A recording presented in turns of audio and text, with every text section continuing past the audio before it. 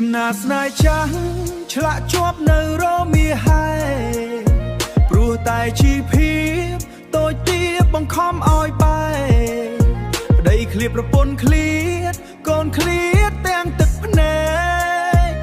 សង្ឃឹមថ្ងៃស្អែកអនាគតនឹងល្អជាងនេះត្រូវតែមានថ្ងៃស្អែកត្រូវតែមានសង្ឃឹមដរាបណាព្រះអាទិត្យនៅរាត្រូវស្អប់ភាពក្រប៉ុន្តែគុំស្អប់អ្នកក្របានមានខ្ពង់ខ្ពស់គុំមើងងាយកាក់សោគ្រប់រូបជីវិតអ្នកណាថាមិនចង់ល្អមានសូជីធัวគុណធរដឹងគុណកុំភ្លេចកំណើស្រុករមាហើយទឹកដីដែលខ្ញុំបានកើត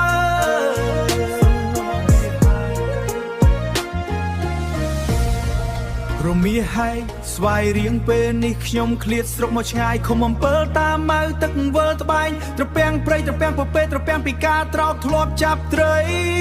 រមាហើយភូមិអំពិលភូមិស្រែឬស័យអណ្ដូងពោអណ្ដូងត្របែងត្រពាំងស្មាច់ព្រៃព្រៃក្បែរក្បែរជ្រុងពេលធ្មាត្បែងវាស្រែត្រពាំងសក់ថែពីតួស្រងាំត្រឡាចតាទ្រូតាប៉ាងមិនភ្លាន់ល្អើកមួផ្ដាំជឿតួជួអង្គបស្រែស្នេហ៍ត្រពាំងរាំងរុងបឡងជាខ្ពស់ទៅដងស្រស់បំប្រងល្អត្រពាំងតកៅខ្លាលោតសម្រស់តាស័យកំដរព្រែកថ្នោតព្រៃស្រះនឹកដល់ឃុំ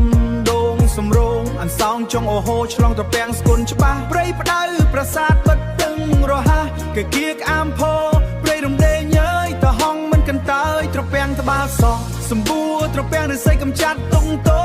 តាសួរគេឈ្មោះក្រសាំងសូភីមុខតាមូពពូលមានជ័យជ្រៃធំសោភីស្រះតាវាំងស្កើសម្បួរច្រកកំរាក់តាខិនដងក្តាតាត្រាវថ្នល់គ្រួព្រៃគូរុងរឿងសម្បត្តិមានជ័យបែកចានដីយើងតាខប់ឲ្យតម្កើងអណ្ដូងខ្មត់ពិតស្រុករមាហើយទឹកដីដែលខ្ញុំបានកើត